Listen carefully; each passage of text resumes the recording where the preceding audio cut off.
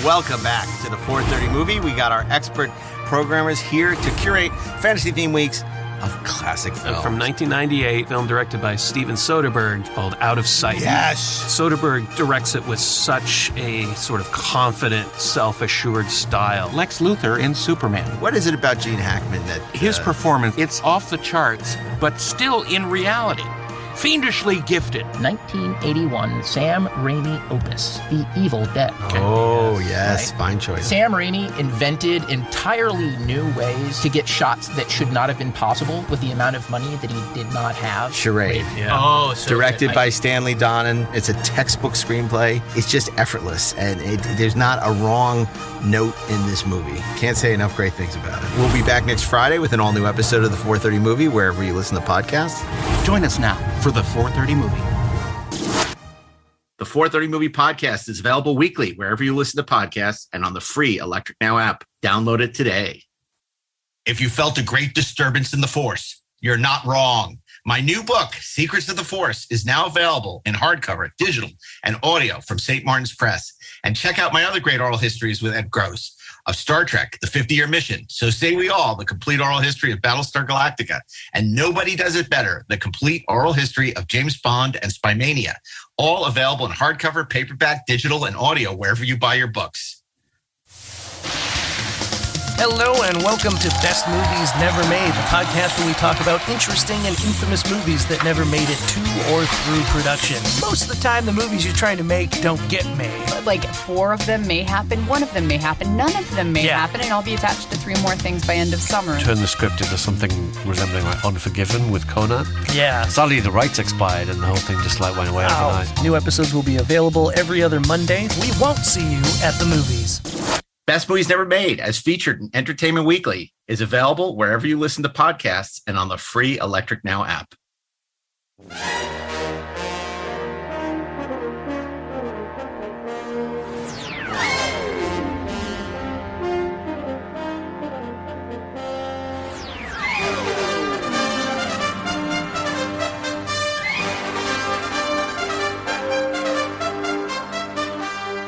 Hey, this is Mark A. Altman.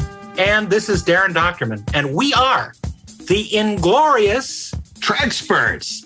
But today, we're Galactica'S because we are going... You don't like that. You don't like it.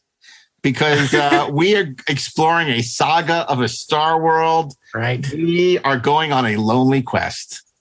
For a shining show known as Battlestar Galactica.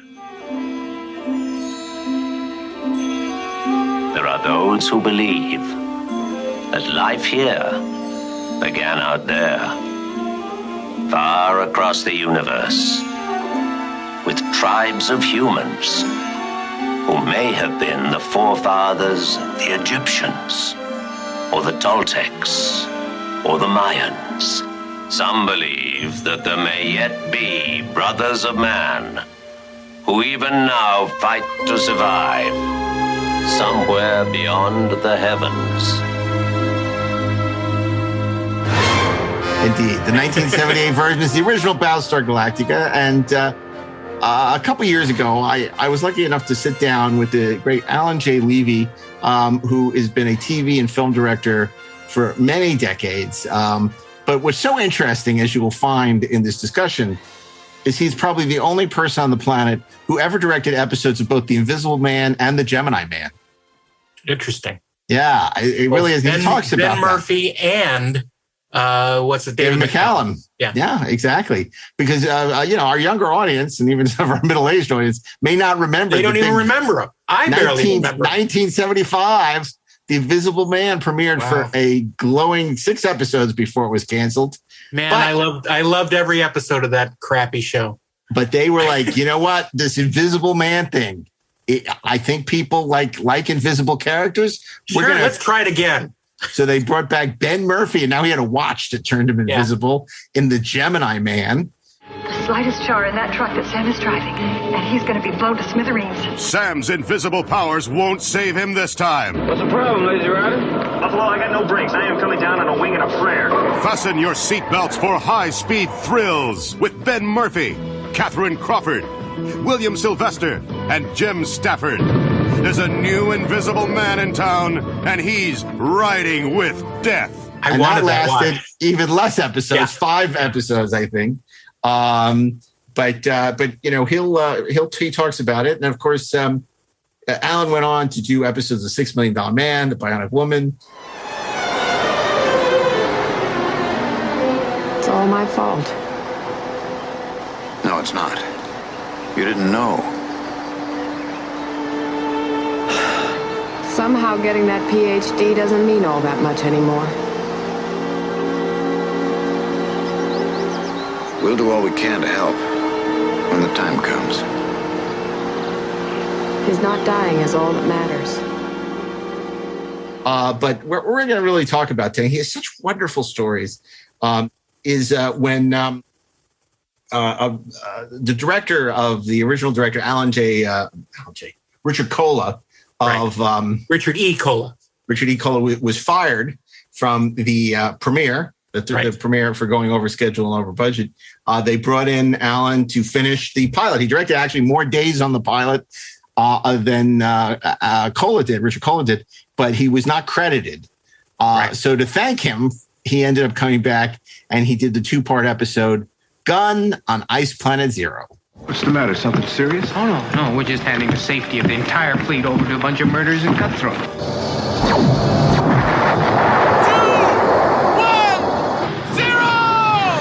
There's not all that much difference between you and your fellow convicts and us.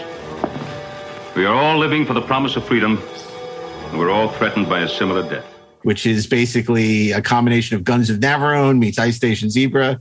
Yeah. It's a really fun 2-parter with Dan O'Hurley and Britt Eklund and Boxy stowing aboard a shuttle, hiding. But there's some great, and it's great stories about that. I mean, because they were shooting the Gun on Ice Planet Zero set on a Hoth-like world, actually before Empire, in the dog days of summer in the valley. And he has great stories about them going into this like frozen soundstage and then coming out and it's like, 100 degrees. But he also directed episodes of the Time Express with Vincent Price. In the course of your journey, events may change, people may change, you may change. But whatever happens, when the trip is over, you must return to the Time Express. Now, is that perfectly clear? Yes. Good. Have a pleasant journey. Another short-lived CBS series, The Incredible Hulk.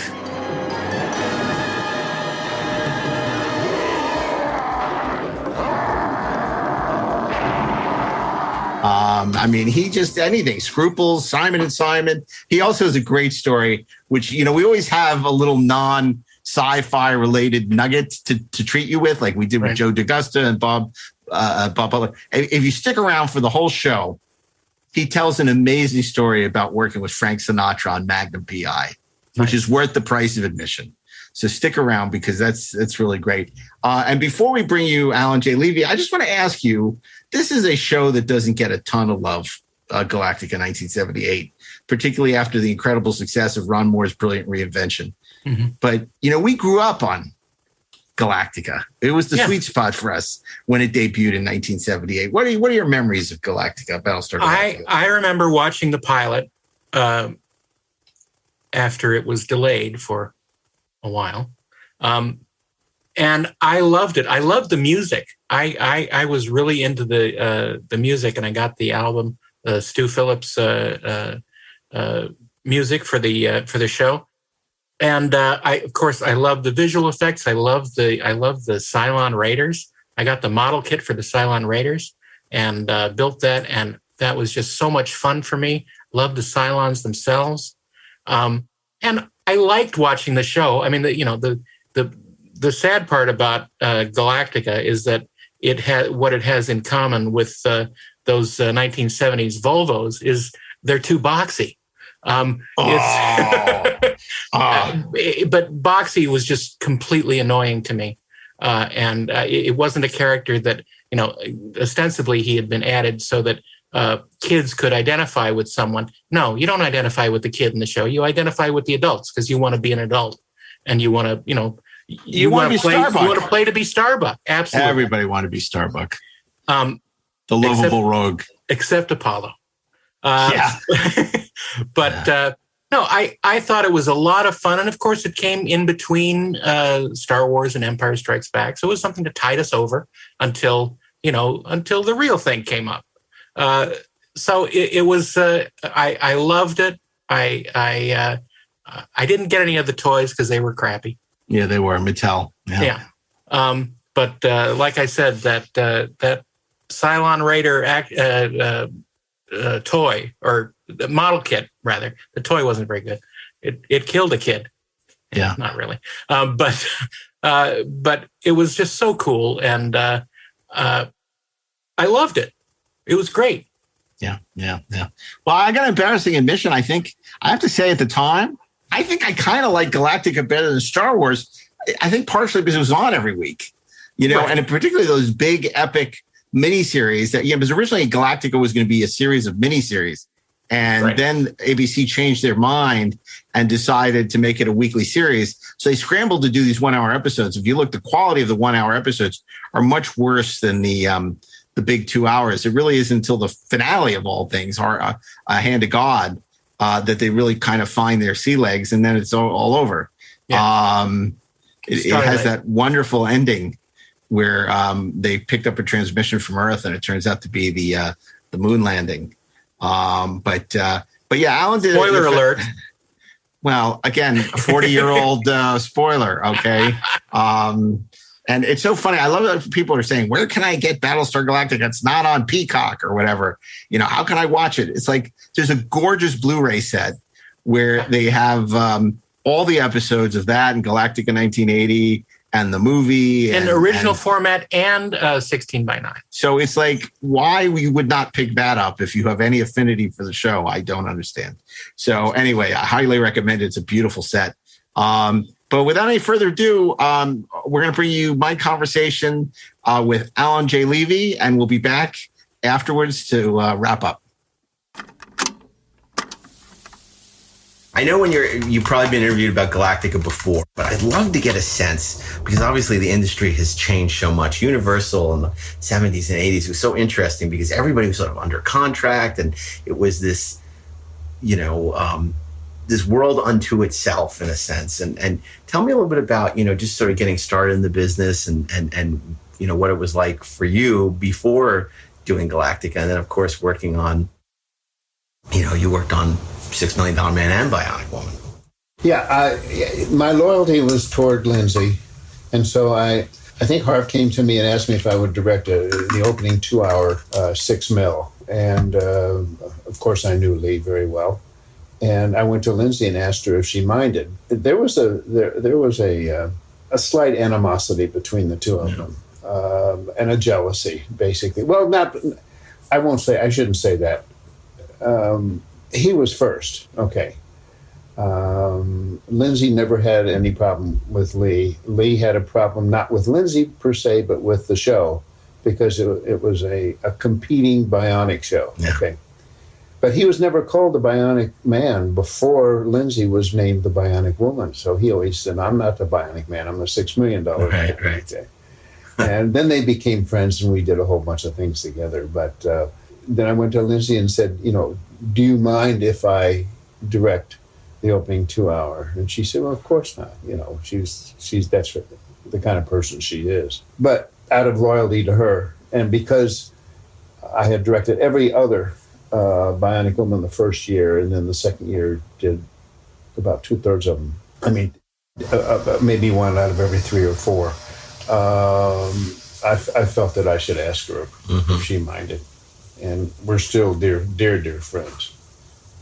We were mostly pretty much like brother and sister, and then I went through a whole bunch of things with her. I went through that and a couple of husbands, a couple of movies of the week, Scruples. Oh yeah, of course. Miniseries, and now we're working on a feature together. Oh, that's great. Hopefully. I remember seeing her a couple of years ago at the Saturn Awards, and she looked fantastic. She does look great. She has aged naturally. She's a very spiritual gal, and she's one of those unbelievably sweet human beings. She's writing her memoirs. with a guy by the name of Fred Fontana. You may know Fred. He was a producer at Universal, and he's done quite a bit of stuff. A really nice guy. And they both have spent quite a bit of time here over the past couple of months. We looked at a whole bunch of Bionic Women here in the screening room, and Scruples. We watched all of Scruples again, and a couple things like that. And they brought me a script, which is probably the most beautiful script I've read in 10 or 15 years, at least. It's gorgeous. It's a European film. It's a European style film, man and a woman type thing. And it's called Garden in Paris. Fred is trying to get it financed. And in this environment, it's what that's like today. So, yeah, I do. If there's any chance of it coming through, then we'll go to Paris and shoot it. And if it doesn't, then it doesn't. It becomes a man-woman Pomona. Yeah. So. But it's a good script. So where do you want me to go from there? Yeah, so let's talk about. So, I mean, obviously, $6 Million Man and Bionic Man were a huge zeitgeist show. I mean, for a while, that was all anybody was talking about then. How did it feel to be on? And then Scruples was huge for you as well. How be on such big shows so early in your career? I had before Scruples, I had directed the Immigrants, which was a miniseries as well. I liked doing movies of the week and miniseries almost more than episodic, because in episodic, the director is really not the molder of the show. Yeah. The producers and the showrunner and the original writer and the cast. Whereas in Scruples and so on, and I took over Scruples 4 days into the shoot. There was another director who directed the first 4 or 5 days. So he had done a lot of the prep on the show. So I had to come in, and the people at Warner Brothers were just great. And they walked me through the sets that were designed and so on, and some of them I did not like. And for a reason, and I sat down with them and told them why, and they totally agreed and rebuilt the sets. And most of it was cast already. In fact, as was Battlestar Galactica. Well, I was going to ask you about that, because it's sort of history repeating. How did you get this reputation as a guy who comes in and sort of, saves the day in a sense when they're unhappy that, this wasn't the first time you got the call to come in and, when they fired Richard Cola to come in and take over Galactica. Well, there were a number of, as you say, at that time, there were a number of people who were under contract.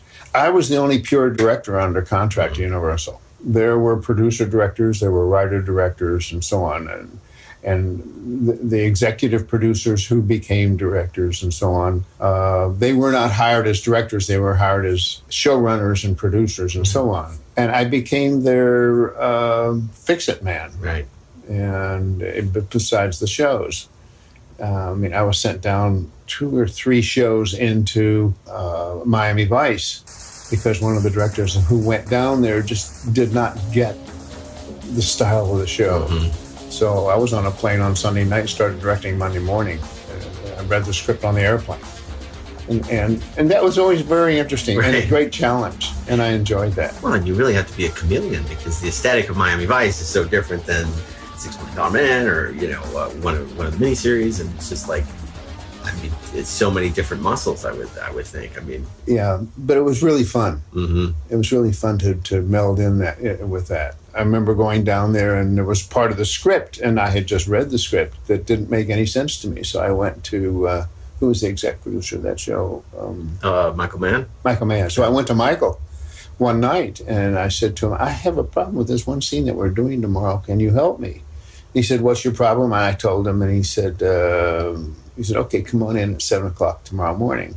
7 o'clock tomorrow morning, he handed me 4 pages. It was a rewrite on the scene.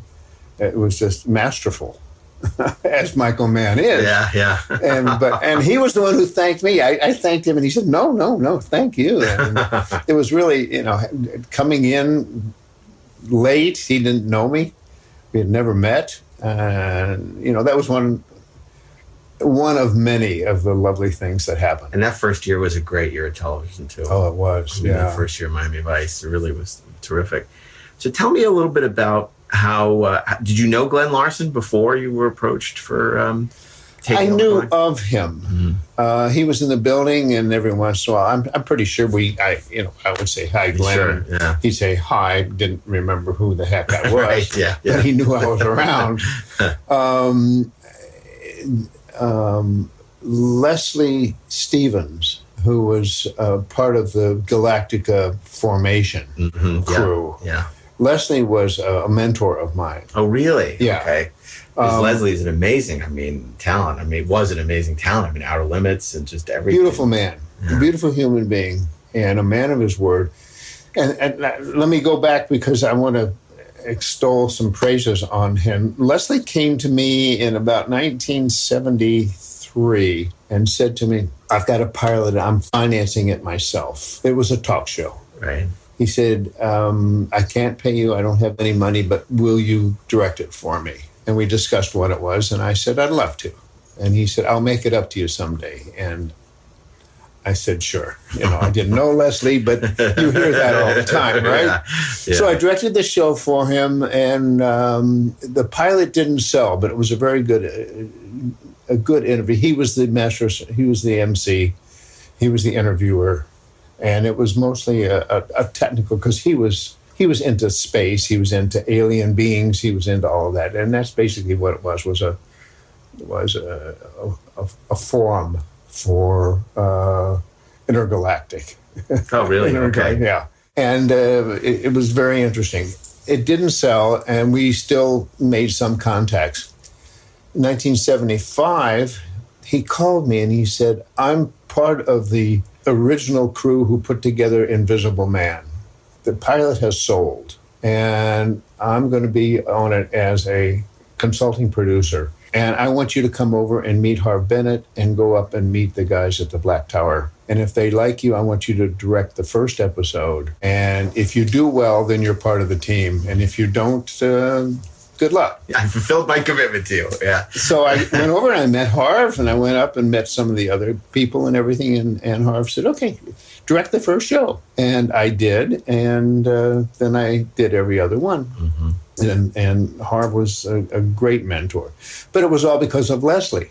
Mm-hmm. Leslie was the same one who did that same operation with Glenn. He when there was a rift between Richard and Glenn, Leslie came in and said, I think you should talk to Alan about taking over the show. Because he was 23 days into he wasn't quite that. He was 20 some odd days into the show, directing it. Mm-hmm. Mm-hmm. Something like that. And so I came in and talked to, and he wanted me to take over the show. This is a complex story. I'll tell it to you because it's really fun. And I said, Glenn, I can't do it. And he said, why not? I said, well, because I'm set to direct something else. And my parents, who have been my biggest supporters all of my life, are finally coming out from St. Louis to visit me next week. They're going to be here for a whole week. And that's more important to me than anything. And he said, well, I'll tell you what, I will give you my chauffeur and my car, and they will be like king and queen and chauffeured all around. They'll be brought to the studio. They'll have lunch here. They'll be on set with you. For a whole week, the car is yours. Everything else, you got to take the show over. And I thought, to have my mom and dad, who are sweet Midwestern folk, be squired around as though they were king and queen of some small, foreign tributary, that would really be fun for them. So I said, okay, I only need one thing, Glenn, from you, and that is to promise that you will support a dual credit. And he said, absolutely, I will go to the Directors Guild and support that. Mm-hmm. So I took over the show, and I called Richard after Richard had already been told that he was being let go. And I called him and I said, I hope you will come in and this was nothing of my doing. I'll be happy to sit down and chat about where you were going with it so that I follow the same thing so that it doesn't look like one person can't tell whether it was you directing a scene or me directing a scene. And I said, I hope you come in and edit your scenes.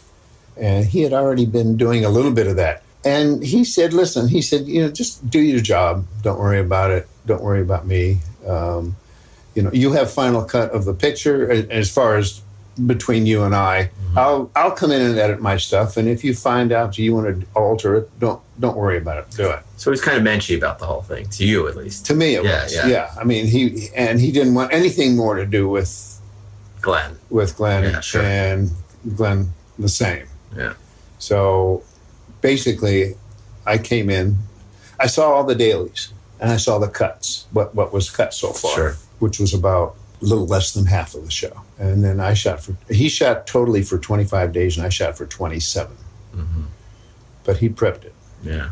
At the end of the show, and I'll be real honest about it, and if Glenn was alive, I wouldn't even go into this right now, but Glenn and I had a rift toward the end of the show because two things happened. Number one, he had me reshoot a number of scenes that Richard had shot, which was okay. But then he had another list of shows that he wanted to do, a list of scenes that he wanted to do. And the Tower put the kibosh on it and said, no, we spent enough money on this. $13 million. Yeah, it was the biggest, most expensive pilot ever made. Yeah. 3-hour movie that made its money back in theatrically in the Orient. Yeah. Very quickly.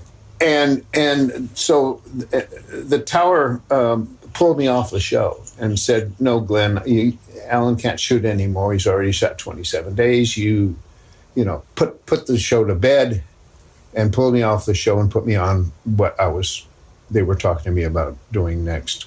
Glenn thought that was my doing. And so he didn't talk to me for quite a while. And when it came time to take the negotiation to the Directors Guild, he reneged. He did not talk to them. He would not talk to them. He told me basically, I didn't say that to you, et cetera, et cetera. And the Guild, because Richard had prepped the show and shot 25 days and I shot 27, they gave him total credit. I had a third of the residuals. They gave me a third of the residuals. But the credit was more important than the residual to me. Sure, particularly because of the theatrical release, which was, and it was so high profile at the time. It was very much so. And, and Glenn's main force through all of that was he wanted to beat Star Wars to the theaters because he had read Star Wars. And when Universal turned it down, he and Leslie Stevens got together and formulated Galactica. And that's how he got the idea of making it. And he was determined to get it on before Star Wars came out. Interesting, because I know he tells this, or told, I should say, these long story about how in the 60s he had this idea for a concept called Adam's Arc, and that was the inspiration for Galactica. But anybody who knows Glenn knows he usually gets his ideas from a movie or, and then puts it through the blender and comes up with a TV show. So what you're saying is he had actually read the script of Star Wars and that inspired Galactica. Yeah, well, whether it was the only inspiration of Galactica, I don't know. Glenn was a man of ideas. I mean, he came in from left field all the time with different ideas, and then he was let go of most of the shows that he created. Yeah, right. Because he was not that good a continual producer, but he was a marvelous idea man. He was a conceptualist, but not he couldn't execute. Yeah, excellent. Yeah, he was excellent that way. And we finally patched things up on the baseball field. Oh, really? Because I was playing for Universal, and when he went over to 20th Century Fox with Lee to do, what was the series that he did? Fall Guy. Fall Guy. Then we were on opposite sides of the teams who played baseball with each other. And so when Fox was playing Universal and I was playing on the Universal team and he was coaching the Fox team, we finally made up because at the beginning of the game, I said, I've got a bet for you on this game. I said, if we win, you and I start talking, because I never had him, Right. And I said, and if you win, you don't never have to talk to me again, and that's just fine, you son of a bitch. And he shook hands on that, and at the end of the game, we won. And so, bygones be bygones. And Glenn was Glenn, and if you knew Glenn, you accepted Glenn. Right. And that was it. That's so. Do you know, I mean, particularly since Richard and Glenn have both passed away, why Glenn was so upset with Richard that he wanted him off the show? No, never told me. Never said. No. He just, basically, he didn't define it. He did say that he wanted things done one way and Richard did them his way. Right, yeah. That was it. Now what I didn't say in what way. Yeah. I basically said, okay, make sure I know what you want. How difficult was it for you to come into a show as ambitious as Galactica was, being the one to prep it? Obviously, the visual effects at the time were groundbreaking, and it was, hugely, logistically challenging picture. And I imagine the ID stayed on from. But what was it like for you? I mean, you talked about you looked at the dailies and everything else, but what did it involve? Was it very daunting, or were you able to just sort of slip in and do the job? I was very fortunate. In the first day that I shot, it was an extremely difficult night. It was the attack of the casino. Oh yeah, on Caroline, sure. Oh my God! It's a tremendous explosion. Are we getting this on the camera? People are running everywhere. They're running all different directions. Well, ladies and gentlemen, this is terrible. The attack at nighttime with all the tanks outside and everything else. And I was extremely lucky that was it, because that night went so well that I was accepted into the crowd. Right. Okay. If it had just been a day of, over shoulders and close-ups and stuff. Right. But it was a difficult night because I had the Cylons, I had most of the cast, I had Boxy. And so and tanks and shoot 'em ups and exteriors and pyro and the whole thing. Yeah. So it was and the monkey in the day. Well, that's what's boxing. Right. Yeah. That was boxing. Yeah. And so I had the monkey. Yeah. So I had everything piled onto that first night, and that went very, very well. Right. Thanks to all the people who were there. I mean, the special effects people, and I met with them, and I spent the whole day, and we shot almost all night, if I remember right, because we were outside of the studio. Mm-hmm. Inside was the gambling parlor, and then the doors opened up, and they ran outside, and then tanks were coming, and so on. So it was. A lot of people were pulling to make that night work. What was nice too is you shot real night. I mean, a lot of those Universal shows at the time, they was all day for night. You watch it now and it's all like, oh God, this is, but you shot night for night. That's a cool scene. Well, you had to do it because of the pyrotechnics. Mm-hmm. Pyrotechnics don't show up very well in the daytime. Mm-hmm. I mean, if a pyrotechnic goes off daytime and you're shooting day for night, it's a little sparkler. Yeah. At nighttime, it lights up the entire field. Right. And that's basically what we did when the Cylons finally came outside. How, well, before I ask you about the cast and how they took to it and how maybe you dealt with, the transition, let's talk for a second, just because I do want to focus a little bit on Leslie and Leslie Stevens' involvement to that point. It's funny because in the Star Trek book, one of the people that really was important for us to talk about was a guy named Gene Kuhn, who had run the show, and he doesn't get a lot of the attention he deserves. He was so brilliant and such a great guy. And, he died of lung cancer in the early 70s. So when Star Trek became this huge thing, he didn't really get the love he deserved. The original producer, wasn't he? He was the second producer after a guy named John Meredith Lucas. Not John Meredith Lucas, after John D.F. Black left. He took over for a year and a half. Okay, I just remember Kuhn's name. And a lot that was great about Star Trek came from Kuhn. I've always felt similarly, because Leslie died young, that a lot of his contributions have been lost. Stefano always got all the attention for Outer Limits, and then even with Buck Rogers and Galactica, you don't hear much about Leslie. So I'd love you to talk. You told me a great story about how he mentored you initially, and then brought you in on this. What was his involvement? And tell me a little bit about what he was like as a person and your dealings with it on Galactica, if you can recall. Well, he was kind of to a degree suffocated on. The one thing about Glenn is that Glenn was the star. Mm-hmm. And so there was a little bit of tension between the two of them because Leslie always felt that he had more of a contribution toward the original Galactica being done than what he'd had. Mm-hmm. And because he didn't get co-credit on anything. Right. He wrote, I think he wrote Gun on Ice Planet Zero. I don't remember. I'd have to go back and look. I know he had credit on one or two episodes. Which was the second 2 hour that I directed. I think he wrote that or co-wrote it. He was such a kind, soft man, and he was so brilliant. I mean, I don't know if you've read any of his books. I haven't, but they're almost a Bible on intergalactic beliefs, alien beliefs, and so on. Because he was he was a big sci-fi fan, but it sounds like he was also very much into, and this was a huge thing in the 70s, that whole chariot of the gods, Eric von Däniken, the ancient astronauts.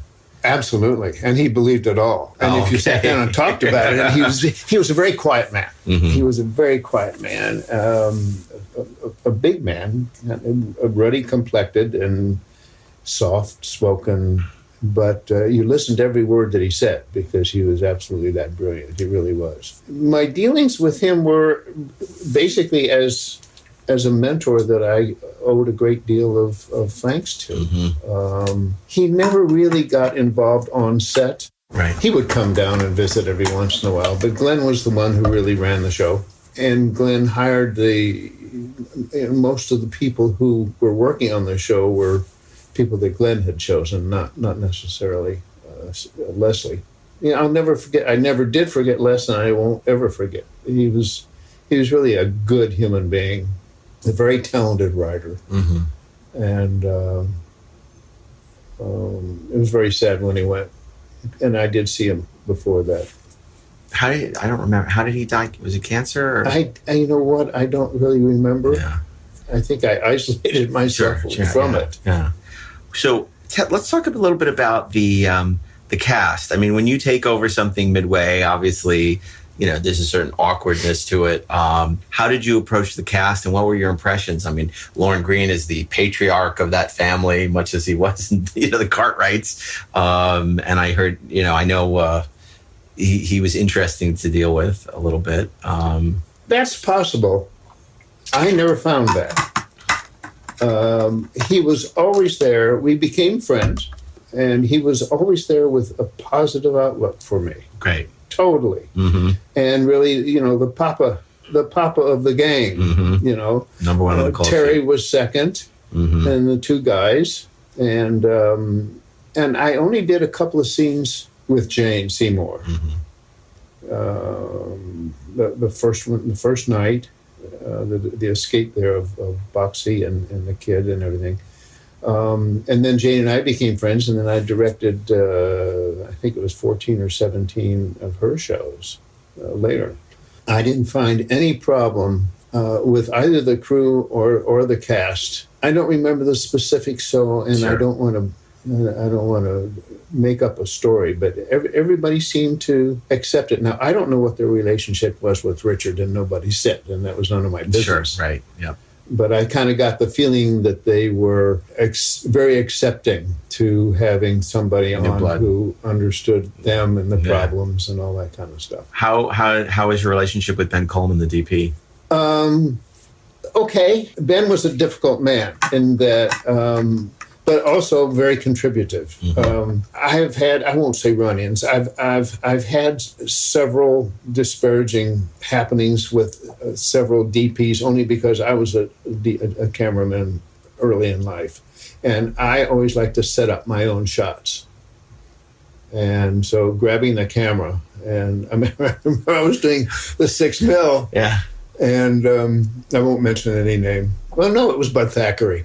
It's okay. Bud's gone, and his son was a good friend of mine, and he was then my DP on The Immigrants. His son was, and the first day on $6 Million Man, we're in the basement of the Black Tower shooting something I don't know, and so I rehearsed the scene, and then I said, "Okay, guys, would you mind wheel the camera over here. And they did, and I hopped up on the camera. And then back of me, I heard, "What the hell are you doing?" And I said, "Well, I was just going to kind of suggest setting up the shot." And he said, "I'm the DP here. I'll set up the shot. What do you want?" And I said, "Okay, we'll do this and do that." And I said, "Fine." And he popped on the camera, and he set it up just like I asked him to set it up. And he gets off the camera and he says, "Now get on the camera and see if that's what you want." So we got along fine. No, Benny, Benny was a character, but he had his own way of doing things, and he was very protective of his crew. And the operator on that show, and we're still friends, was the best operator I had ever worked with. I could set up a shot that was almost impossible to do, and he would just make it look like cream and butter. I mean, it's perfect. So he appreciated, Ben appreciated that. And I enjoyed Ben. He was very adaptive. If the shot didn't work for lighting wise, and he would always come to me and say, "Do you mind if we do this instead?" And I'd say, no, not at all. Right. And he'd say, "It's easier to light and faster to light, and I think it's going to look better." So he was very nice that way. Yeah, because that era at Universal was, you had sort of these guys who'd been there for 50 years, and then the Spielbergs and you guys who were, the young Turks now, and I know that there was always a little bit of conflict between the guys. This is the way you do it because we've been doing it this way for 50 years. And then the guys with the new ideas who are trying to sort of push the envelope. Yeah. Well, that's what filmmaking is all about. In the middle of my career at Universal, we swayed away from directing television and started directing movies. Today, look. There are very few TV shows out there now. We shot head close-ups and masters and over shoulders, and today it's a feature world. Every TV show today is a feature film. Yeah, and we began that transition in there, and I think Galactica was one of those that did that. Absolutely, and I'll tell you, I remember it was probably 10 years ago. We did a screening of maybe 15 of Galactica at the Egyptian, at the Cinematheque, and watched on the big screen. And it looks phenomenal. Yeah, it does. I mean, it just looks phenomenal. And it holds up. A lot of television from that era does not hold. Even stuff, that I loved, is hard to watch now. But Galactica, looks fantastic. I've got to finish one part of a story, whether you want it or not. I think it's just kind of fun. When I accepted the job, and I was on set for a couple of days before my parents came out. And then they came out over a weekend. And then on Monday, of course, Glenn's limousine was there and picked him up at the airport and the whole bit. And I was shooting. They picked him up at the airport and brought him to the stage. Now, I was shooting at that time in... what was it called? It was in the hangar where all of the the flight deck, where the Vipers are. And I had two Vipers down here and another Viper up center, and I was on a crane, huge crane, and we were setting up a shot. There were probably, I don't know, maybe 40 extras around, sure. All the engineers and everything, and the two main guys were getting into their Vipers and so on. And you're like Cecil B. DeMille up there. Huh? You're like Cecil B. DeMille up there. I was having such a frigging ball. You couldn't, it was marvelous. And the crew and everybody else. And we had just done a shot, and I'm setting the next shot. And out of the corner of my eye, I see the stage door open. And the driver ushered my mom and dad into the scene. Now, we had the whole stage. Yeah. I mean, this was huge. And I saw them come in, and I took maybe another 10 seconds to talk to Benny. And I said, "Benny, is this okay for you?" He says, "Yeah." I said, "Okay, everybody, take 10, get me down off of here." And I came down, and they let me off, and I ran over and hugged and kissed my mom and my dad. And Laura Green walked over to my father and said, if a guy who has 80 people or 90 or 100 people working says, everybody take 10. My parents are walking in the door, and I'm going to go over and give them a hug and a kiss. He said, then I got to meet the two of you. And he came over, and he and my dad they didn't split the entire week. That's great. It was so marvelous. He said to me, he said, let me finish the story because I'm not sure if you're going to use it. I can tell you without a doubt, that story will be in the book because that's the kind of color. When, I'm sure you've done interviews about this before and you talk about being hired on the show and that's all interesting, but it's that kind of, you were there, just that kind of color I love. I mean, that to me is like, it's the kind of great, it's a great story. It says a lot about you, but it's also the filmmaking I love it, and that tells you more about Lorne Greene than you saying he was great to work with. I really enjoyed Lorne, I loved Lorne. And he spent every moment that he wasn't on camera, he spent sitting with my folks, for the entire week. And they weren't there every day, but most days they were. Well, they had the limo. They had other things to do. Yeah. And then I've had a place on Maui for a long time, and Lorne, when he was ill, vacationed over in Maui. And so we spent some time with him over there as well. He was that kind of a gentleman. Mm-hmm. He was just incredible. That's great. I dearly love the man. I mean, Larson used to tell the story. The reason he put him in Galactica in 1980 is he didn't have the heart not to include him, even though it made no sense, but that he loved the show so much that he just felt like you had to keep Lorne because he didn't want to tell him that I'm not going to use you. Yeah. He was one of the really super folk. Had you, at that point, I'm sure you'd seen Star Wars. Did you have a sense that this was, going to be Star Wars for television and that you how to make it different, how to make it its own, put its own distinct imprimatur so it didn't just seem as though it was sort of a warmed over retread of something? Because ultimately there ended up being that lawsuit where Fox was suing, Universal over it being too similar to Star Wars. Well, it was the time to bring that subject up because it, more publicity, spell my name right type thing. Whether they really believed that it was a takeoff or whatever. I mean, you can't sue Roy Rogers for being a cowboy after Gene Autry, Yeah. And this was a different kind of a show. He put Cylons in there because there were no Cylon type people that were in Star Wars. Right. So there was a real threat there. Attention. His Eminence, the Imperious Leader, will be with us shortly. And also standards and practices, you could kill as many of those as you wanted without having to worry about them coming down on you for too much violence, too. Yeah. At the time, so do you recall much about, Richard and Dirk, working with them at all? Mutt and Jeff, yeah. Mutt and Jeff, yeah. Yeah, they were both nice guys. They were competitive. Mm-hmm. If Dirk had 4 words more, Richard would say, "Why don't I get those 4 words?" But it was never. I think they liked each other, right? And they were very respectful of each other.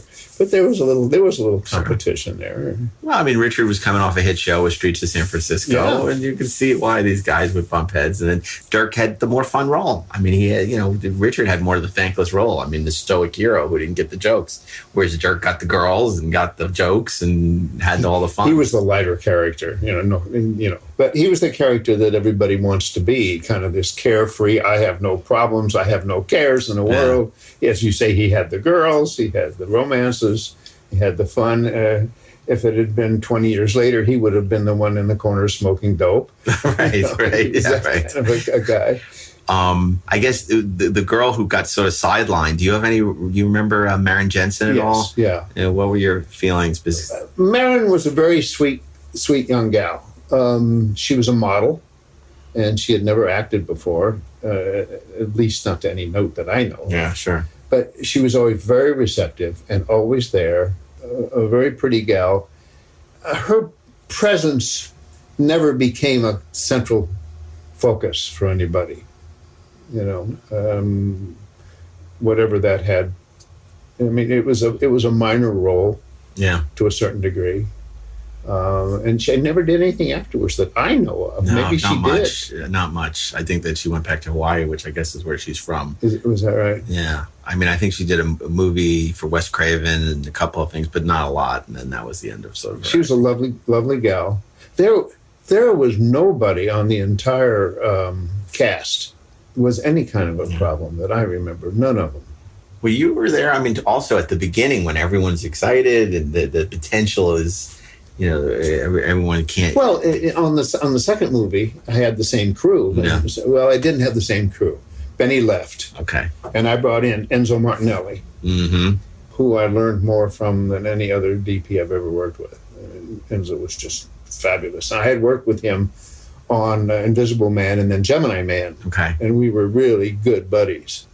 And so when Gun on Ice Planet Zero came around, Larson asked me, he said, who I've got to replace Benny because Benny went over to something else. I think he went over to the other space show that Glenn had. Oh, Buck Rogers. Buck Rogers. Yeah. And he said, who do you want? And I said, Enzo Martinelli. I mean, Enzo started making movies before the laboratories and before sound. I mean, he really knew how to make a movie and fast. Right.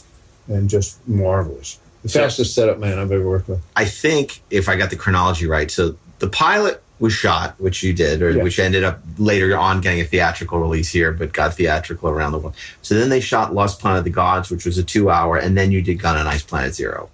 There must be some mistake. Most of these people are criminals. They're aboard the prison barge. Are you have your orders, Lieutenant. Sensor being out. Aye, sir. Reflection will adjust. Magnetic distortion. Engine system still. What's the matter? Something serious? Oh, no. We're just handing the safety of the entire fleet over to a bunch of murderers and cutthroats. Was it the second movie? I think it was it was certainly in air dates. It was. So I don't. I thought we shot a second, shot it. But I may be wrong. I mean, you know the chronology probably better than I do.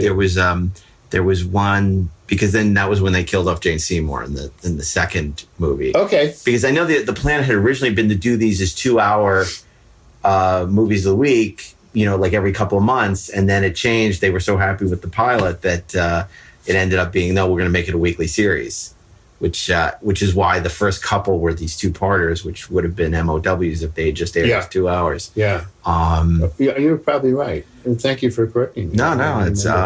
Tell me, Gun on Ice Planet Zero, obviously you had patched things up over the baseball game with Glenn, so you brings you back for Gun on Ice Planet Zero, which is sort of, a little Ice Station Zebra, a little Dirty Dozen. I mean, you got it all on that episode. And then a ton of snow. That was interesting because, I'm trying to remember his name right now, darn it. He was the son of a director, and he was head of production up in the office. A great guy. Loved him definitely. He was up in the Black Tower. I'll think of it in a minute. Okay. Anyway, we shot one day on stage. No, we didn't shoot at all on stage. And I called upstairs and I said, guys, we've got people in parkas and we've got snow coming down. It wasn't water snow. It was plastic snow. Mm-hmm. I said, but I've got my crew, my cast in parkas, et cetera, and I'm going to be able to shoot for maybe 5 minutes before everybody's drenching wet. Yeah. And I've got to get another air conditioner on set. We've got to bring it down to 40 degrees. And they said, nah, you're not going to need it. We're fine. You're at 70, you're at 65 degrees right now with this one big Bellamy, Earl Bellamy. Okay. And so the next day I'm shooting. Was he Bill Bellamy's, not Bill Bellamy, Ralph Bellamy's son? Not Ralph Bellamy, no. There was another Bellamy who was a director. Oh, okay. And I'm shooting on set, and sure enough, we have to dab every 10 minutes. Right. People are just... So I called Earl, and I said, Earl, please come down here as soon as you can. I've got a big problem, and I don't want it to go any farther than this, and you can help me. And he came down the set, walked on the set, and saw that everybody was just dripping wet. Well, the next morning we had two big air conditioners on the set, got it down to 40 degrees, and we could shoot. But I mean, we were on that set for days and days and days. Nice. Because all the snowy backdrop was all there, and the snow. I think I was probably there for, I think that was about a 24-day schedule, and we were probably there 12, 14 days. Wow. And so the cooperation on the show was immense. Yeah, well, you're doing Guns of Navarone for TV there. Yes, that was. It's crazy. I mean, and again, another show that totally holds up. I mean, for the most part, I mean, the scope of it is, it's amazing. And people weren't doing stuff like that for television at the time. Nothing close. I mean, everything was universal backlot. I mean, this was like crazy good stuff. And, and then you had Britt Eklund in it too. Do you remember anything about, and Dan O'Hurley, who I remember was really good, Richard Lynch? Yeah. Dan became a friend, and I loved him dearly. He was a wonderful, wonderful man. Lynch was fun. He was a cut-up. He was just marvelous. We had Denny and Britt were the two people from the other who lived on the planet. I forget Denny. You can probably. I can look it up. Anyway. Yeah. There were some good people on the show. Yeah. There really were, and we had a good time with it. One thing about Glenn is that he did know how to cast. Mm-hmm. He did know people. He did know the people who had the sparkle to bring in. Well, even if you look at that pilot, I don't know how much, if this was Richard or your stuff, but I mean, Ray Milland, Lou Ayres, I mean, it was like, all these legendary people sort of at the end of their career. But I mean, even you look at that poster, it's incredible, legendary people that are, Wilfred Hyde White. I mean, just really impressive. Did you work with Ray Milland at all? Do you remember? No, that was all. I think I did one scene with him, yes. Right. Yes, of course I did. He was the one who came in the first night. He came in and said, "Everybody out." Oh, remember? Yes, I actually. That was it.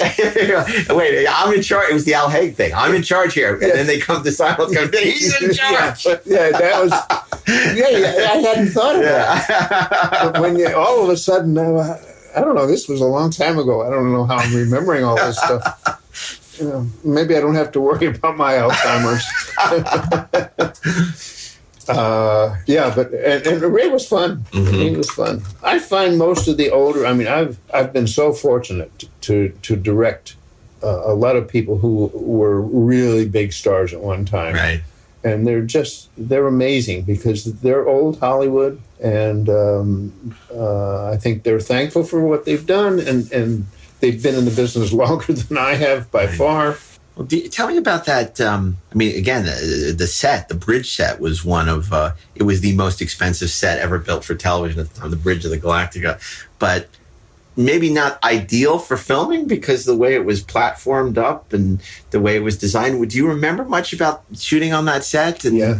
It looked great on film. Yeah, I said to Benny, I said, I tell you what I want to do on this set. I want an Atlas crane. Mm-hmm. And so they brought in a crane, and I shot that set with a crane because I could take the crane. And we took the one wall out on the stage left side, and we stuck the crane in there on a big platform, so it could come in.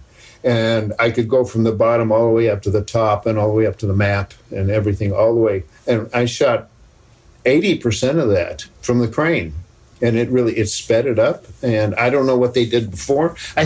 You know what? I don't think, Richard, that set was not complete until I was on. Until you came on. So then you shot when it doubled for the other Battlestar too, the Atlantia, because there's that stuff where again, I'm getting into minutia now. You're probably like, what is he talking about? But it doubled for a different Battlestar that was destroyed. Same set. They just but that got blown to gets blown up. Obviously, it didn't get blown up, but do you recall that at all? No. Okay. That wasn't in my episode. I don't know. Yeah, it's because at the Pearl Harbor in space when all the ships get blown up. Yeah. The commander or the head of the Federation or the Lou Ayres role, he's on the bridge of his ship, which is it's the same set. It's the Atlantia. I don't remember. So I don't remember. I was just wondering.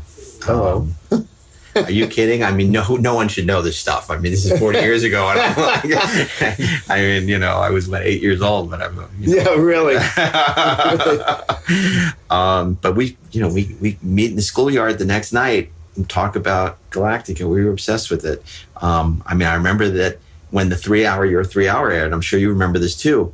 2 hours into it, it may not have affected you on the on the West Coast. On the East Coast, Jimmy Carter announced the Camp David peace accords. So 2 hours into it, it's interrupted for a special bulletin. Oh, really? And, we're kids. We're supposed to be going to sleep, right? And then, they interrupt Battlestar Galactica, which we've been looking forward to like all summer. And we're saying, no! And it's like, our parents said, you really need to go to sleep. And we don't have no VCRs yet. It's like, I am not going to sleep until the show is over.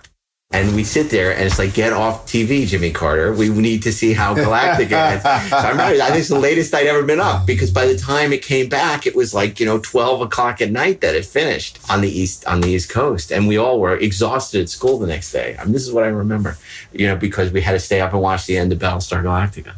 Well, you know what? I can't really remember a show that was more fun to shoot. Mm-hmm.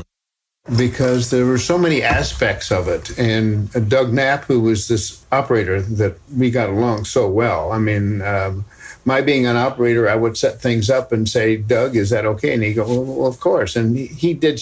He still talks about it, and he's still a friend of mine. And he said, you set up shots that people didn't know anything about. Mm-hmm. Especially, and that's where I fell in love with him, was on the main deck set because on the bridge. I would start on a long lens way down here on the crane, and then come all the way up, wind all the way up to the top. And he was just so perfect that we could almost do anything that we designed. Right.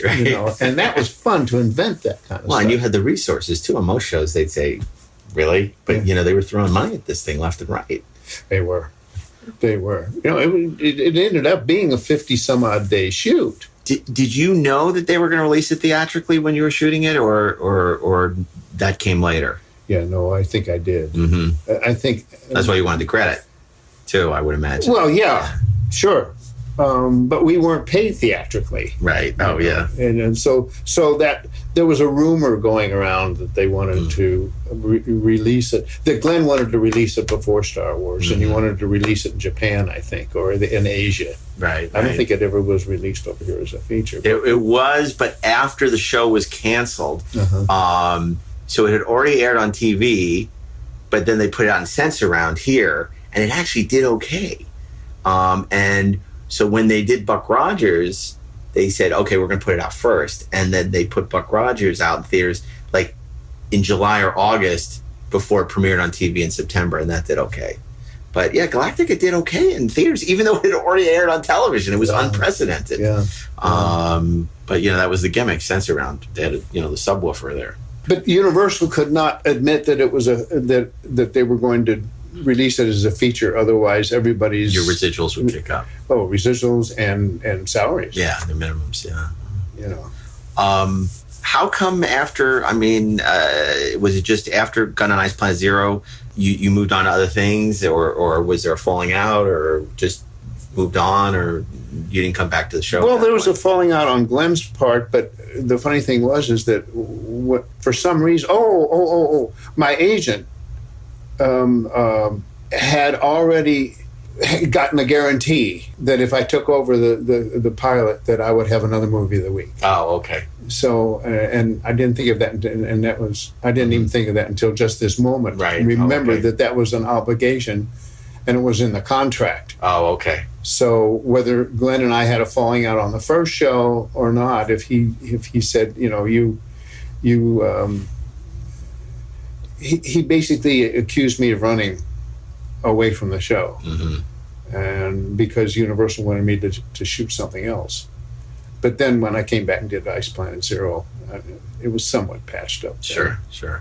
Did the one person we didn't talk about is John Dykstra, and I wonder, obviously, that was such a huge part of the show, and you were breaking new ground in visual effects, and I imagine you relied on him a lot, and in terms of.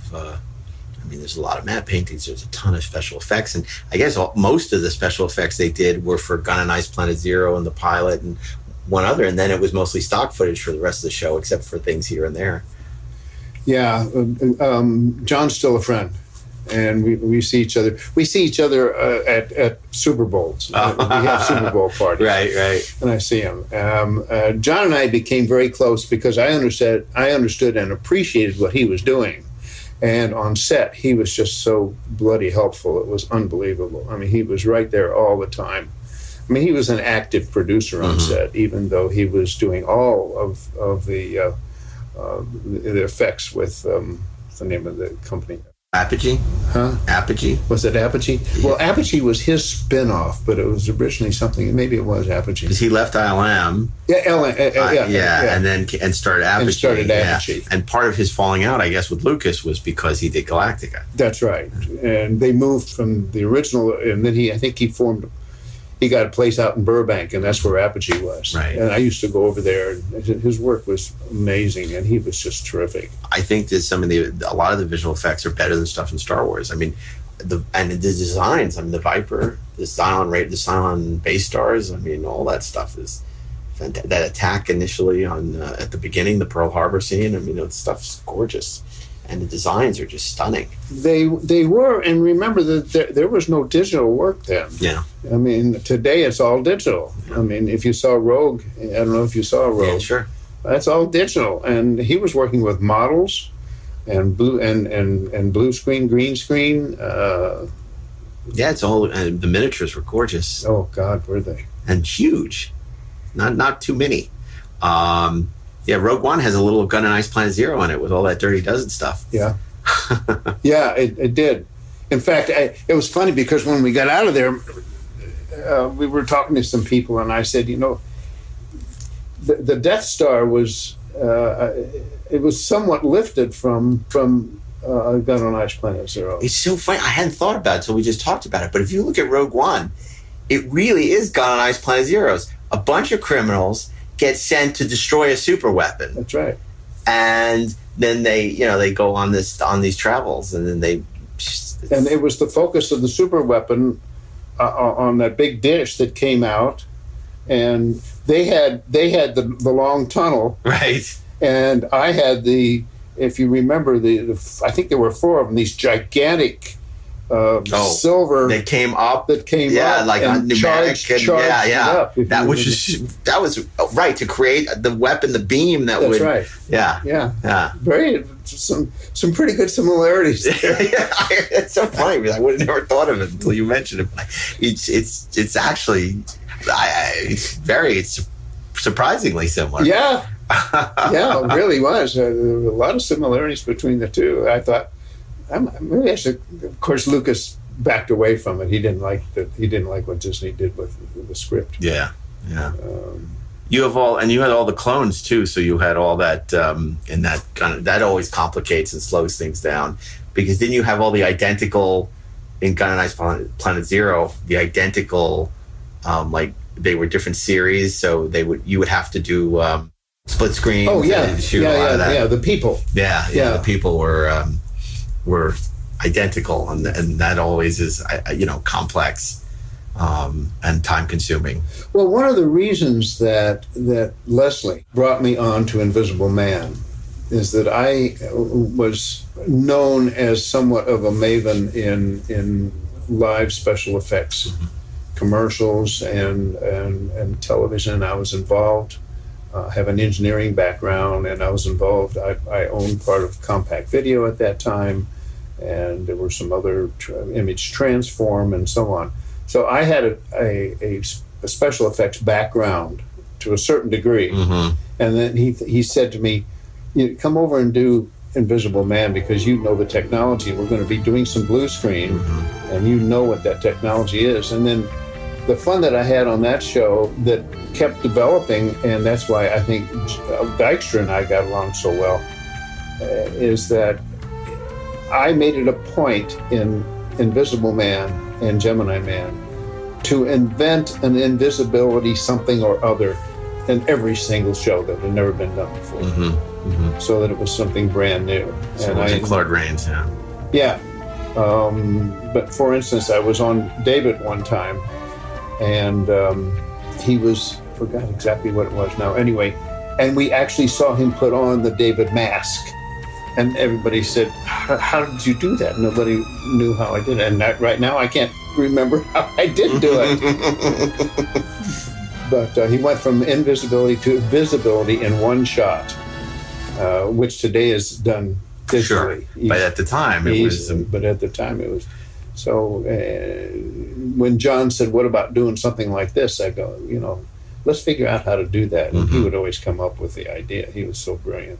So I have to ask you, when your parents heard you were not going to pursue your electrical engineering degree and were going to become a Hollywood director, what was their response? Well, I started making films at 15. That was my first film. And so I knew what I wanted to do already.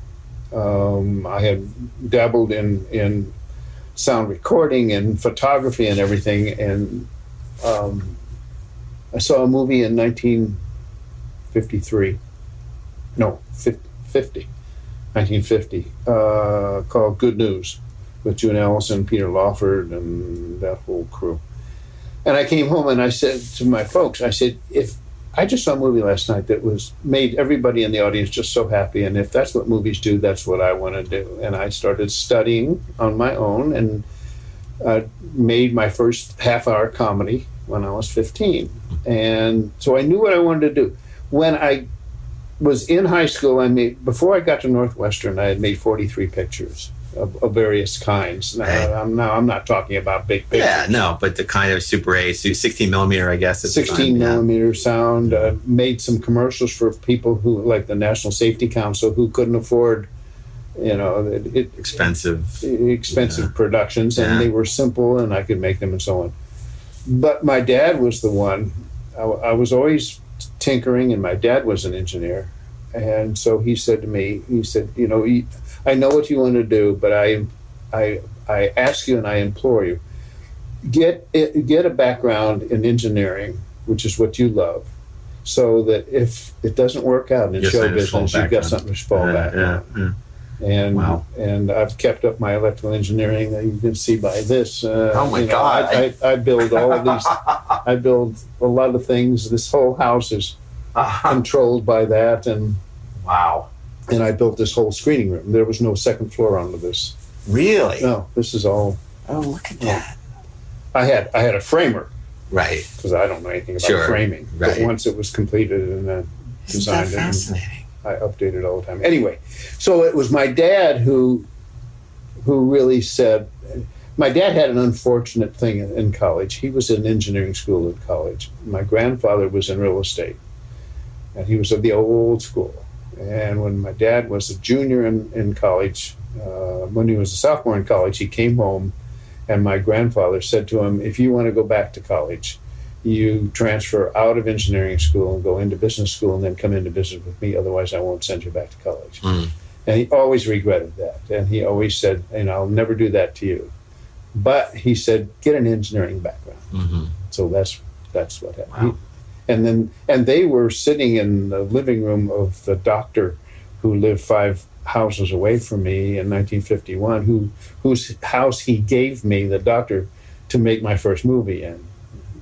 And so they've been there the whole time. I remember, I think it was somebody it was Terry McDonald, who became a story editor long after you left on the show. But he said, I guess one of the big sets was the Phantom of the Opera set for Galactica. I forget which set it was, but I know he said, it's like there were certain things you couldn't touch because that is considered so sacred on the Universal lot. So that, if you look behind the set, you would see all this stuff from the Phantom of the Opera. I don't know if you remember any of that at all. On stage 1. Maybe it was stage 1. Stage 1 was the original Phantom of the Opera stage, and it was the oldest one there. And it actually had a control room, which no other stages had, where they controlled all the lighting and everything else. Yeah, I did see it. Do you remember what you were shooting on stage 1 for Galactica? Maybe it was the launch bay was on. It might have been. I don't remember. I interviewed him a while ago. No, it wasn't the launch bay. Oh, okay. The launch bay took the whole thing. Oh, okay. That was when my folks came in. No, we were down on like 20, 22. Oh, okay. Something like that. Yeah, do you remember? You must have had a lot of real estate at Universal. There's a lot. You had the bridge. You had a lot of standing sets, and then all the Carillon stuff, which was, huge as well. Even with the map paintings. I think there were 4 or 5 stages, which is wrong. In fact, at that time, Universal was so busy that we had to rent a General Service Studios over on Las Palmas because there were too many shows, and we didn't have enough stages. Right. Interesting. I didn't know that. Any interesting stories about either the prosthetics or working with the Cylons? I know they were always really hard to light because of the reflections and the silver, and keep these guys on their feet also because sometimes they couldn't really see in the costume. Any interesting anecdotes or things you remember about any of that? Not really. I do remember that Glenn set up, or somebody, whoever was line producer. I think who was line producer on that show. But they had to set up a repair set somewhere because we had a lot of pyrotechnics on these guys. Yeah. And we would burn a lot of the plastic things, and they were getting expensive as hell. And there were a lot of them. And so I remember that we had to be very careful about putting on the pyrotechnics for a while because we were destroying suits left and right. And they couldn't keep up with it. Yeah. Yeah. That is interesting. I hadn't heard that story before. That's interesting. Because I knew the armor it was expensive to build those things. And then, if you start... It was. They were, what do you call it, Pyroform or something like that. It was it was a process where molds had to be made, and then they struck from the molds, and then they did all the painting and everything on it. They were very expensive. And like Ice Planet Zero, not in Ice Planet Zero, in the second half of that I shot on the pilot, we must have destroyed 40 of those suits. Right. Yeah, because at the end, they're getting shot left and right. Left and right is absolutely correct. Do you recall, was there a big premiere for it, or did you watch it at home, or when it was all, you tell me a little bit about post. You said Richard sort of cut his stuff, but then you turned in your director's cut. What was post like, particularly given all the amount of optical work? And then do you remember sort of seeing the finished product at all? Yeah, I did. I don't think we had a big premiere. I think we had a first showing at Universal. Okay. It wasn't at a big theater. Right. I think. Pleased with the way it turned out? Yeah. It's kind of bittersweet. I do remember that egotistically, I was a little dissatisfied because I didn't have a credit. Yeah, sure. And so going to see that picture with a lot of people with Richard Colla's name up there only was very hurtful. It really was.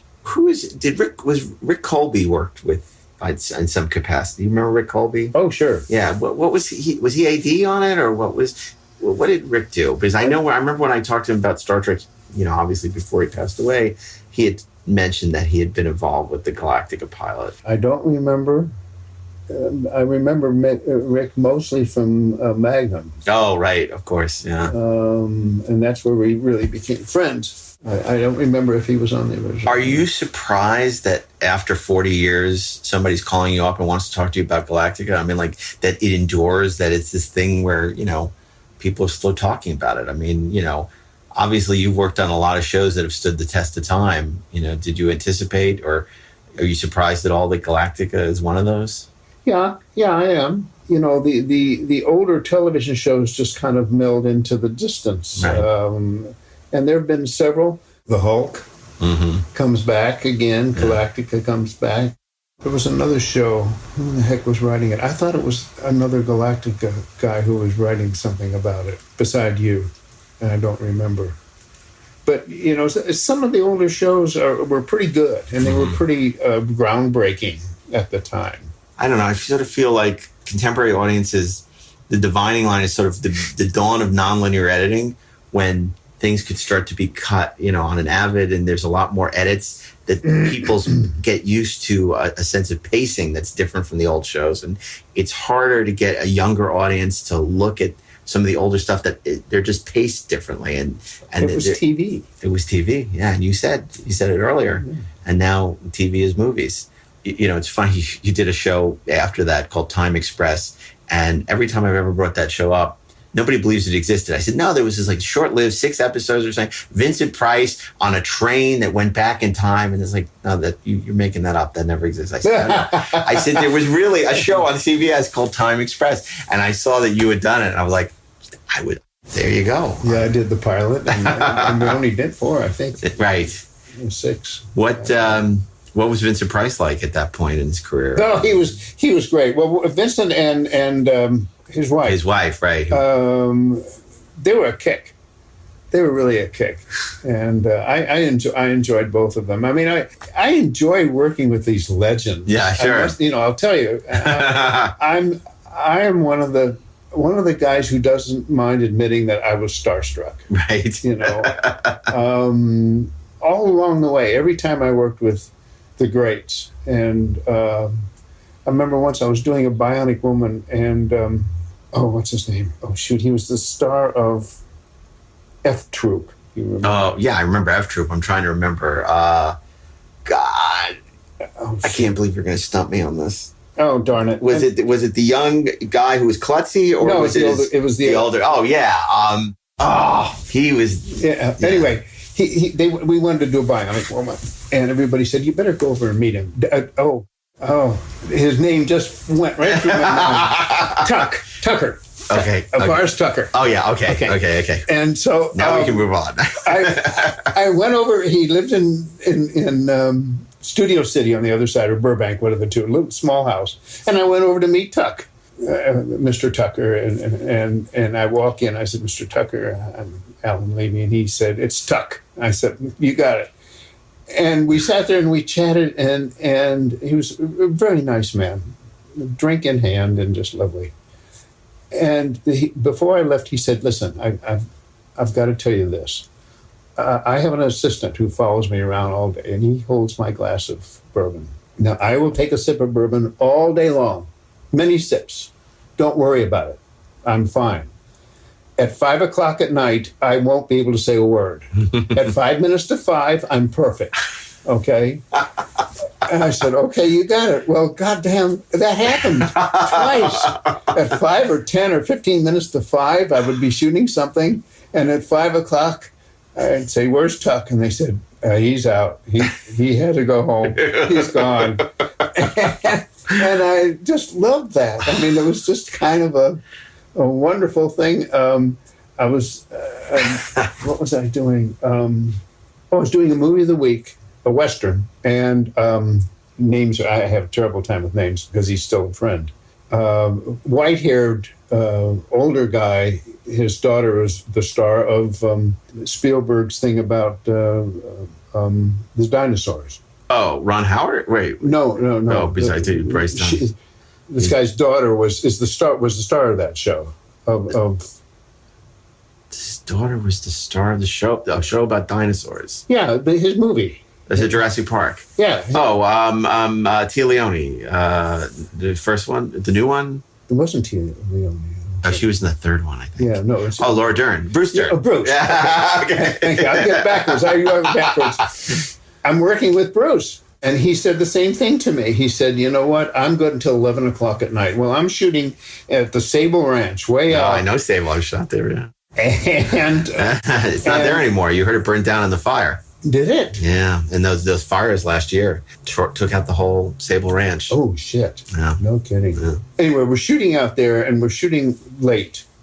And I had a shot with him at about 20 to 11, and then I went for a close-up he was on horseback, went for a close-up, and they had to move a big light around for some backlight on him or something, and at 11, about 5 minutes after 11, I sent the DP over, my AD over, and he comes back and he said, I think you better come over with me, and there's a chair, and there was a lump underneath a blanket. That's pretty dirty. And I pulled it off. And I said, Bruce. And he goes, what time is it? And I said, it's 5 after 11. He says, we'll have to shoot it tomorrow night. And that was it. 11 o'clock, he was gone. Oh, my God. Oh. That is these stuff. You don't get stories like that anymore. It's like, we're calling business affairs. You can't, we're going to collect insurance on this. I'll tell you one of my favorite stories, and it's not Gene Barry. I can't remember the guy's name, damn it. And I tell this story all the time. It was in The Immigrants, and he's playing an old timer. I can't remember his name right now. Damn it. And we're playing the scene. He owned a big line of shipping of ships. And the two young stars had just started up their own shipping company. And the guy's name was Levi, and the older guy, it wasn't Gene Barry, damn it, was anti-Semitic and also angry and pissed off that he was being challenged by this young team. And there's a scene where they meet at the wedding at the champagne fountain. And I rehearsed the scene, and I thought, okay, that's a rehearsal. I said, let's shoot it. So we shot it, and I said, cut, and I just I was sitting on the dolly, and he said to me, I'll think of the name in a moment, Barry Sullivan. Oh, okay, yeah. Okay. And so Barry looked at me, and he said, Alan, what's wrong? And I said, come here, Barry. And so we walked over to the side. And I said, Barry, there's a tension between you and Levi that comes out of anti-Semitism, as well as you young squirt, you're trying to take over my ownership of the world with my shipping company. And I didn't get that tension out of you. And I thought for a moment, and I said, what would you like to do? And he said, I would like for you to go back and roll the camera. So I went back and rolled the camera, and it was like flowers. It was like roses. It smelt of such anti-Semitism and hatred and without being mean at all. And after it was, I cut and I went up to Barry and I shook his hand or put my hand on him, I don't remember. And I said, Barry, thank you so much. He said, oh no. He said, I thank you. Oh, I love that. Oh, that's great. God, that's a great story. Well, you have been very generous with your time. I'm going to ask you one other question, just because if I can slip it into the Buffy manuscript, I'm going to try. Any thoughts or remembrances of working on Buffy? I know it was towards the end of the show, 7th season. Any thoughts about it? Or it was just, it's just the gigs, 7 days on a show and sort of lost to the memory? Or was there anything unique about it or interesting for you? I enjoyed the show. I enjoyed it was a different kind of a show. Mm-hmm. I enjoyed the girls, and I enjoyed working with them. Now, who was the white-haired guy on the show? Oh, James Marsters, Spike, yeah. Yeah, Spike. Yeah. Okay, James. James came to me and he said, this is an unusual script in that it revolves around me. And he said, I don't get many like this. And he said, will you help me through it? Will you watch me? And I said, I'll be happy to, of course. I spent a lot of time with him in molding because he cried in a couple of scenes and he was very involved in the entire show. And it was a very good show for him. And I spent too much time with him. And I went way over almost every day in scenes with him. Right. And so I talked to the producer afterwards, and he said, we're at the end of the run, and everybody's tightening down on the budgets. And he said, you performed a good show, and you did James a good favor, but you didn't do me a good favor. Mm-hmm. He said they came down on me for going. And he said, if I get another show, I'll be happy to hire you, but I can't ask you back for Buffy because someone's got to get the blame. Yeah. I said, okay. At least he was honest. Huh? At least he was honest. Yeah, he was. He was honest because I was. Because I went to him afterwards, and I apologized because I know, they would call down at 7 o'clock at night, and the AD would say, we got another 2 hours to go. Mm-hmm. It was not, from that standpoint, it was not a happy situation. Yeah. The DP on that Ray Stella, I did a couple of movies with. I like Ray. Ray. He's a good guy. Yeah, nice, soft-spoken. Very much so, yeah. Yeah. And he brought a much nicer look to the show than the previous DP. I mean, he took over. I think he was shooting second unit inserts, and maybe he even gaffed. But I guess he took over 6th and 7th season. It's a much better looking show than it was before. And Ray's a great guy. I had worked with him before in another category. I thought it was operator. Oh yeah, he's an operator. That's right. Yeah, I think he operated for Dean Cudney for a long time, and yeah, he's an operator. You know what? That's what it was. It was the Invisible Woman. Oh, the Dean Cudney did, and Ray Sella was my operator. Oh, okay, yeah, that's right. That was done all live. He's a good operator. I mean, because I did smaller stuff with him, so he was operating his own camera, and he was good. Yeah, but I liked him a lot. Yeah, that's right. Because Dean Cudney did that. I see Dean every once in a while. The gal who was the head writer on Buffy. Oh, Marty Noxon. Yeah, I really liked her a lot. And she's on another show right now. I don't know if she has fond memories of my going over on that show or not. But she was a good gal. Yeah. Yeah, but she was running it that season. She was running the last 2 seasons, but Joss Whedon was less involved. Josh was off doing that other show. He was... Yeah, Firefly. Yeah. Firefly. Yeah. And then they had the spinoff, the Angel spinoff going on at the same time, too. Right. Yeah, well, no, that's interesting. Well, listen, you've been, like I say, very generous with your time. I really appreciate it. These are great stories. And, you never know, especially with somebody who has...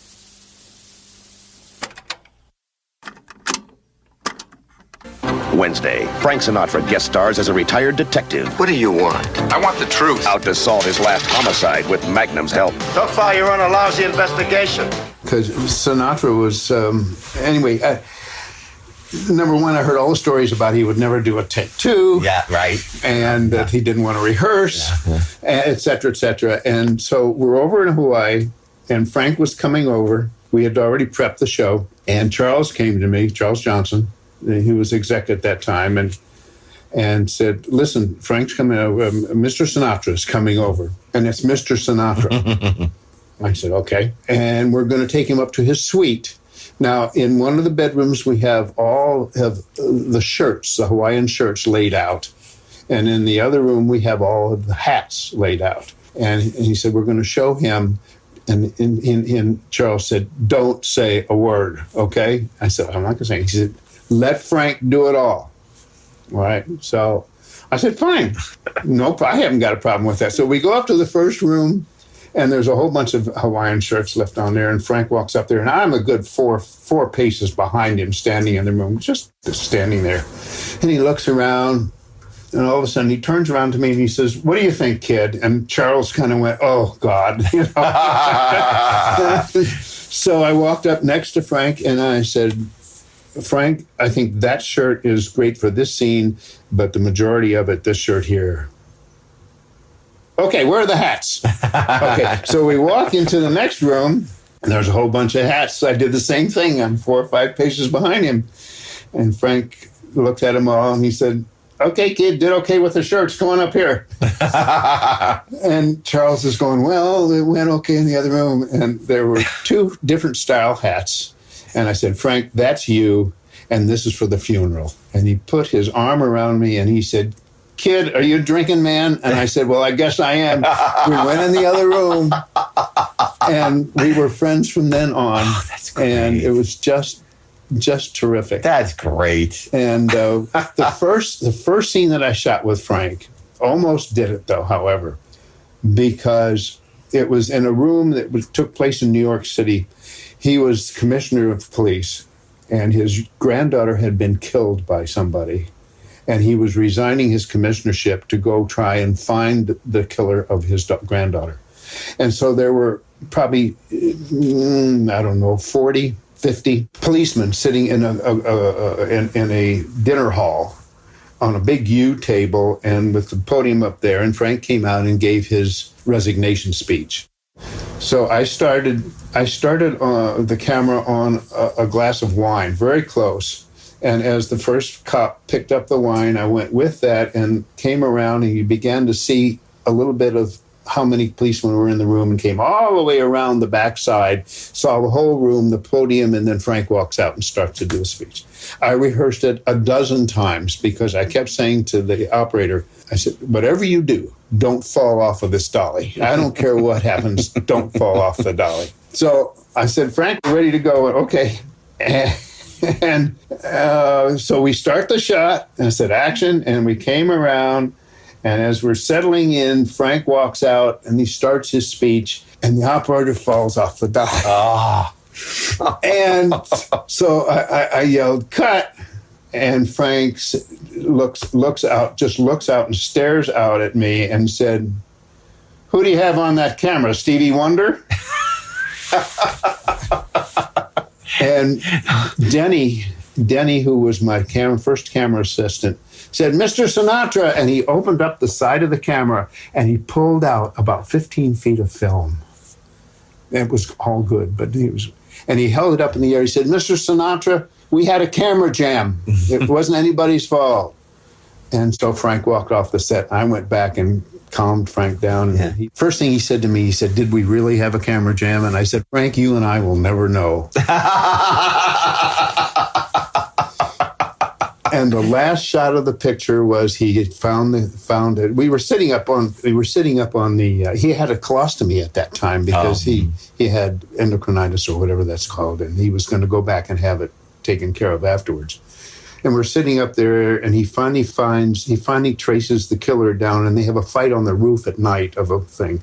And he hits the guy, and the guy goes backwards much farther than he thought he was going to and goes over the side. So he really didn't kill him. He just tried to capture him. And we're sitting there, and we had rehearsed the fight, and we're sitting there on our chairs while they're lighting. And Frank leans over to me, and he said, kid, I'm doing this fight. And I leaned over to him, and I said, Frank, you're not doing this fight. He said, kid, you didn't hear me. I'm doing this fight. I said, Frank, you didn't hear me. You can do the close-ups. You're not doing the fight. And he leaned back to me and he said, kid, I'm doing the close-ups. That's all I'm doing.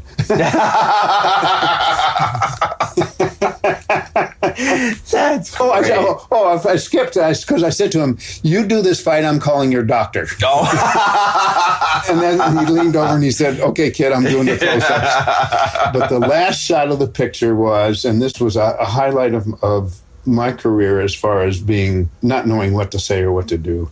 It was a difficult shot coming around the bed as he comes in the door and he sits down, he sits on his bed in Hawaii, and he picks up the picture of his granddaughter, dolly into a close-up of him, and he says, we got him, kid, we got him.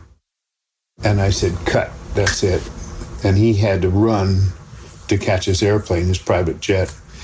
And I got up and I just went over to thank him, and he gets up off the bed and comes toward me and gives me a huge hug and a kiss on the cheek, and he whispered to me, kid, I want you to know you're only the second director I've ever let direct me. Now, I was not going to say who was the other one, but that has stuck in my mind forever.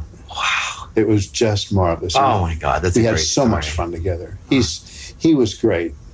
He was great. Did you stay in touch at all after that? Or we did until he began to not remember anything about anything. Right, sure. He did the show because he liked Tom. Right. And because there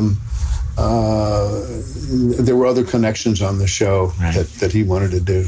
And Larry Manetti was like his godson. Oh, okay. Yeah, so Larry had always said to him, you want to do the show? I'll get you on the show. I think I could pull some strings. Finally he did, but that was a remarkable, everybody on the show was just flipped. How could you not be? I mean, that's huge. I mean, it was Frank huge. Sinatra. Yeah. Great. See, I promised you a great Frank Sinatra story, but not only that, I love the story about when his parents came to set and what a mensch Lorne Greene was to them. What a great story. I remember him telling that story when we had dinner that one time.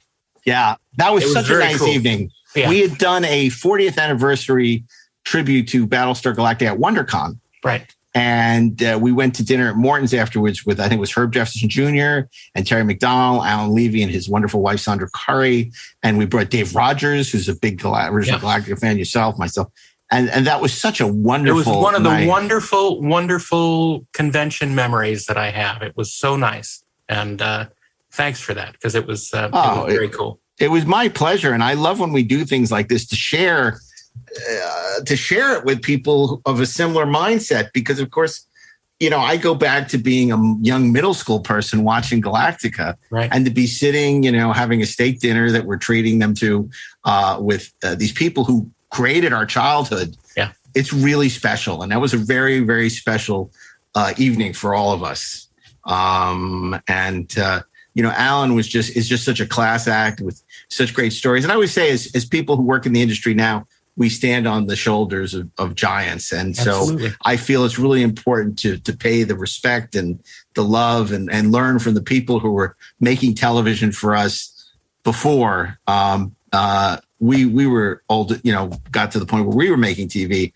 I mean, I remember when I was doing a show called Agent X for TNT, and Rod Holcomb was one of our directors. Of course, Rod had done one of the first Bigfoot episodes of $6 Million Man, and had done a couple episodes, including the Fred Astaire episode of Battlestar Galactica.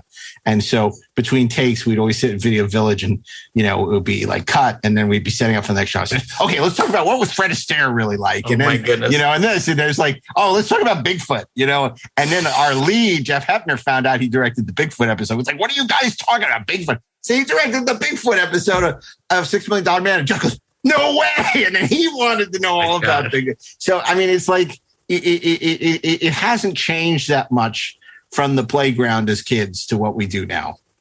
Well, and remember, TV production was way different back then, because certainly at Universal, it was a factory. And they just churned them out.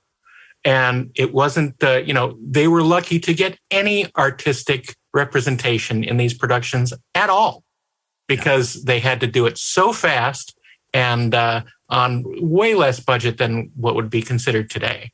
But they did an amazing job because they had to, and they were good at it. So no, I was just going to say, because it's such a good contrast to, it's, the people who have and have not, and it's the people who have not that have to work harder and make it better. Yeah, absolutely. And it's funny because Galactica at the time was the most expensive show ever done for TV. It was like Star Trek, the motion picture, in the sense that it was, not only was the pilot huge, but then at $1 million an episode was a huge amount of money in 1978. Absolutely. And that was one of the reasons it was canceled, because I think it was number 17. It was like one of the highest rated shows ever canceled because it was so expensive to produce. And that was one of the impetuses for Galactica 1980 to make a cheaper Galactica. Right. But then they programmed it in the children's hour, which was, Sundays at 7:00. So they had to dumb it down so much. We wanted it to be cheap, but we didn't want it to be cheap. Yeah, but anyway, look, I think this is part of the fun of the show, is bringing people like Joe DaCosta, Bob Butler, Ralph Sinetsky, and I think Alan, it's great, Alan Levy, to include him in that illustrious company. Absolutely. So thank you to Alan. I'm glad, Darren, you reminded me of that wonderful night at WonderCon and Morton's with the Galactica gang.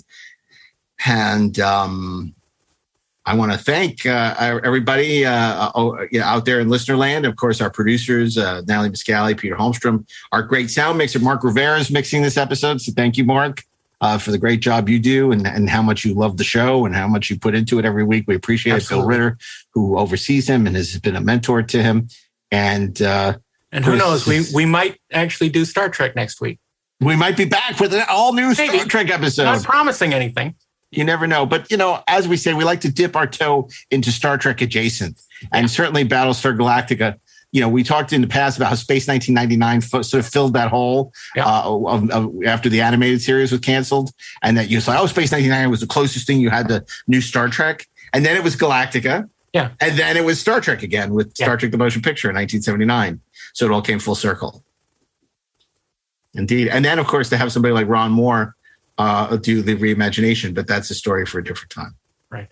Okay. Well, again, please follow us on social and Inglorious Trek, Inglorious Treksperts. You can also follow the Treksperts Briefing Room at its own Twitter and Instagram feed at Treksperts Briefing Room, and on Facebook at Inglorious Trek as well. So until next week, on behalf of Darren and myself, Mark A. Altman, keep on trekking, ingloriously, of course.